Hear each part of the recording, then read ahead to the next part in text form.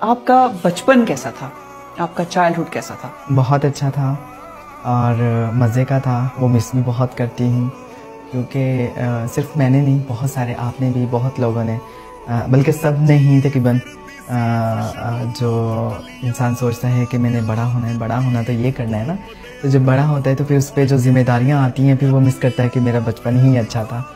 तो ऐसे ही लाइक जैसे मैं छोटी थी तो मुझे पता नहीं था कोई मेरे बारे में क्या सोच रहा है, मेरे बारे में क्या बोल रहा है, तो वो अच्छा लगता है कि मैं वैसे ही रहती। क्योंकि बाद में मैंने बहुत सारी बातें सुनी हैं अपनी ज़ात के हवाले से, मेरे पेरेंट्स ने बहुत सुनी है, मेरे बहन भाइयों ने, उन्होंने बहुत लोगों की बातों को फेस किया है, बट स्टिल मिस करती हूँ बचपन को। मैंने आपके कुछ व्लॉग्स देखे, क्योंकि आपकी सोशल मीडिया प्रेजेंस माशाल्लाह बहुत ज़बरदस्त है और जहाँ आप आती हैं लोग खड़े रहते हैं। अच्छा, इस चीज़ से ना मैं आपकी तारीफ, जो लोग मुझे देखते हैं उनको पता है मैं बहुत कम तारीफ करती हूँ, लेकिन आपकी तारीफ मैं इसलिए कर रही हूँ कि ये लोग जो देख रहे हैं उनके लिए सुनना बहुत जरूरी है कि इंसान की अच्छाई अंदर से होती है और वो छुप नहीं सकती, आप जितना भी उसको छुपाएं। ये बताइए मुझे कि आपकी फैमिली ने और आपने बहुत प्रॉब्लम्स देखी, एंड मैंने सुना है आप ही के जुबानी, वो स्टोरी सबको पता है, उसको मैं डिटेल में नहीं जाऊंगी, लेकिन अब इस स्टेज पे कि आपके पेरेंट्स, क्योंकि आई नो एक स्टेज आई थी जब उन्होंने भी आपको, फैमिली ने भी, ना फैमिली ने कभी नहीं ऐसा किया कुछ भी, रिलेटिव उन्होंने काफ़ी टीज किया था। फैमिली ने तो हमेशा बड़ी सपोर्टिव है मेरी फैमिली है, तो उन्होंने मुझे हमेशा सपोर्ट किया है और मेरा साथ दिया है। ख़ास तौर पे मेरी अम्मी ने, उन्होंने मुझे कभी भी तनहा नहीं छोड़ा और उनको आप बहुत प्यार करती हैं। मैं देखती हूँ कि वो, मैं बहुत ज़्यादा, मेरे लिए तो मेरी माँ सब कुछ है दुनिया में। अल्लाह के बाद मेरी माँ का ही सहारा है, मुझे उन्हीं के दम पे जीती हूँ। अभी पिछले दिनों में जब मेरा एक्सीडेंट हुआ था तो उसके बाद मेरी अम्मी भी बहुत टेंशन लेके बीमार, पहले वो बीमार थी लेकिन वो अटैक कर गई ना, टेंशन से बीमारी हैवी हो गई।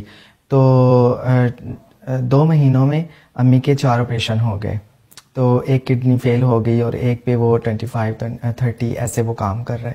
तो अम्मी जो रिकवर हुई हैं फैसलाबाद में, जो हमारे डॉक्टर्स हैं, सर्जन जो मेन हैं, उन्होंने तो जवाब दे दिया कि लाहौर ले जाएं। बस वो मेरे लिए क़यामत का दिन था। तो फिर लाहौर गए हैं तो अल्लाह ने वो मुझ पे एहसान किया, मेरी माँ की ज़िंदगी बख्श गई, अल्हम्दुलिल्लाह अल्हम्दुलिल्लाह। अच्छा, ये बताइए कि आप वैसे कहाँ से, पाकिस्तान किस शहर से आप बिलोंग करती हैं? पाकिस्तान में फैसलाबाद से। फैसलाबाद से, और रहती है आप सरगोदा में, आप बता रही हैं? सरगोदा में रहती हूँ क्योंकि सरगोदा मिडल है, वहाँ इस्लामाबाद जाना, पिंडी जाना, जो 7 एरियाज और हैं, और इधर निकलना झंग वाली साइड पे, जैसे मेरे इवेंट्स जितने मुल्तान ओवरऑल पाकिस्तान में होते हैं तो वो मिडल है, तो फिर वहाँ से आना जाना आसान होता है। तो वैसे तो जैसे मुझे एक भी छुट्टी मिले तो मैं घर चली जाती हूँ या फिर अम्मी को बुला लेती हूँ, ऐसे होता है। अच्छा, आपके रिश्तेदारों ने अपोज किया, ये तो होता है, देखिए आप, और अब वही रिश्तेदार होंगे जो कहते होंगे हमसे तो तुम्हारा किसी का कोई है ही नहीं, हम ही हैं और तुम हमारी हो। हाँ, ऐसे ही है, मतलब कि वो देखना, मिलना और आना जाना पसंद नहीं करते थे, तो अब वो पूछते हैं भाइयों से, अम्मी से, कब आना है महक ने, तो खैरियत, वो हमारे जानने वाले, उन्होंने तस्वीर बनानी थी तो ऐसा होता है, लेकिन हमने कभी फील नहीं किया।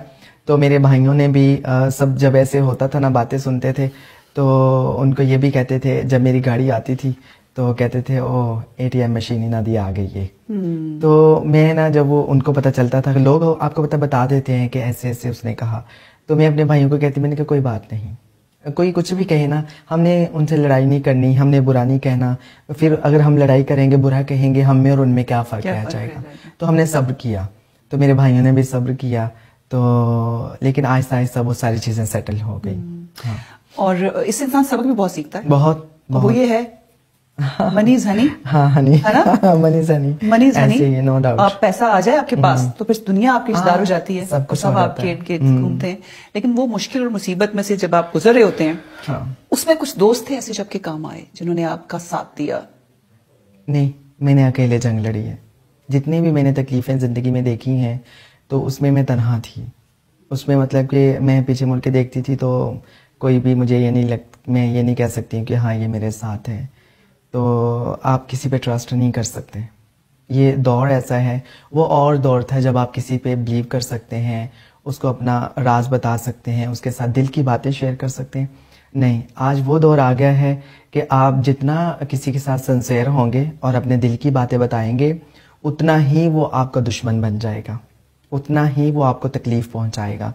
उसको पता चल जाएगा कि इसकी ये वीकनेस है और उसके साथ खेलेगा। हाँ, और उसके साथ वो फिर वो खेलेगा। तो बहुत मुश्किल है। अब भी रिसेंटली जब मैं आ रही थी तो ईद पर ही हमारी एक दोस्त थी, उसका मर्डर कर दिया गया फंक्शन में आके लाइव उसको जो है ना गोली मार दी गई और उसकी जान ले ली गई। और बहुत मुझे इस चीज़ की तकलीफ हुई। और मैं कहती हूँ कि सबको जीने का हक है, किसी की ज़िंदगी का कोई मालिक नहीं, अल्लाह मालिक है। तो अब उसे दोबारा दुनिया में नहीं आना, जो दुनिया से जाएगा उसने दोबारा दुनिया में नहीं आना। तो उसके वालिद को 1.5 साल हो गया, वो उसकी डेथ हो गई है। उसका भाई जो दूसरा है वो अब नॉर्मल है।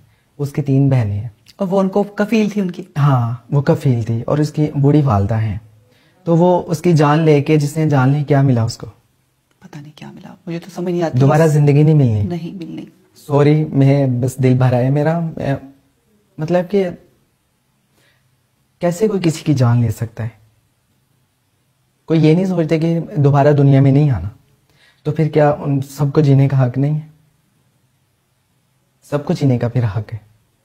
कैसे कोई किसी को इतनी बड़ी अज़ियत दे सकता है? इसलिए मैं कह रही हूँ कि मैंने शुरू में आपको कहा ना कि मेरे दिल में आपके लिए एक बहुत बड़ी रिस्पेक्ट है। उसकी वजह यह है कि जिन मुश्किलात से आप लोग गुजरते हैं या गुजरे हैं, फेस करना पड़ता है, फेस किया है, फेस कर रहे हैं। हाँ। और पैसे बना रहे हैं, काम कर रहे हैं, दिन रात काम कर रहे हैं अपनी फैमिली के लिए, अपने पेरेंट्स के लिए, अपने बहन भाइयों के लिए, और फिर उन्हीं को टारगेट किया जाए।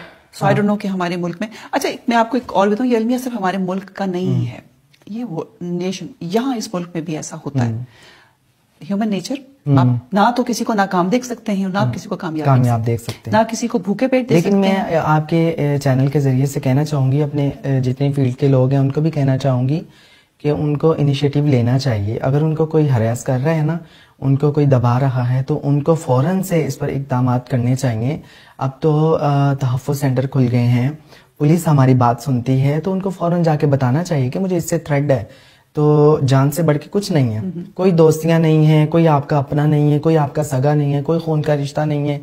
ये मुंह बोले रिश्ते हैं और ये तब तक हैं जब तक उनका दिल है। जब सामने वाले का दिल है तो आपके साथ है, जब उसका दिल नहीं है तो वो आपके साथ नहीं है। और हमारे लोगों को तो बहुत ज्यादा टीज किया जाता है, मीन्स के वो जहाँ पे रहते हैं, एक मिसाल है, वो किसी का फोन नहीं उठाते, किसी के साथ रिलेशन में नहीं रहना चाहते, किसी के साथ दोस्ती नहीं रखना चाहते, उसके दबाव में नहीं रहना चाहते, उसकी नहीं बनती उसके साथ। तो वो क्या करते हैं, जो मर्द हजरात हैं वो अपना दावा जितलाते हैं कि हम मर्द हैं, हम आपको घर पे भी आपके आ सकते हैं, आपको गली में भी रोक सकते हैं, आपको शहर में भी, आपको फंक्शन पे भी, किसी भी जगह पे हम आपके ऊपर अपना हक जमा सकते हैं। हाँ, तो लेकिन जब उनका दिल नहीं होता तो हमारे लोग तो कुछ नहीं करते।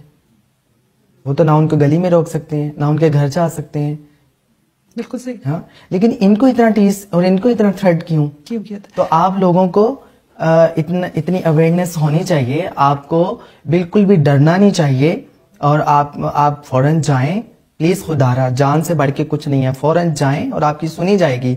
और अब तो सीसीडी ने भी बड़े इक़दामात ले लिए हैं, और जो इश्तिहारी हैं, जो किसी पे जबर करते हैं या किसी को ब्लैकमेल करते हैं, तो जो किसी के ऊपर जुल्म करते हैं, तो वो उन्होंने उनके खिलाफ तो इतने सख्त इक़दामात ले लिए हैं, उनका मर्डर कर रहे हैं। जो सीसीडी की अभी आपने पता न्यूज़ वो सुनी है या नहीं सुनी? मैं अभी इधर पाकिस्तान, इधर यूके आई हूँ, तो मैंने सुना है।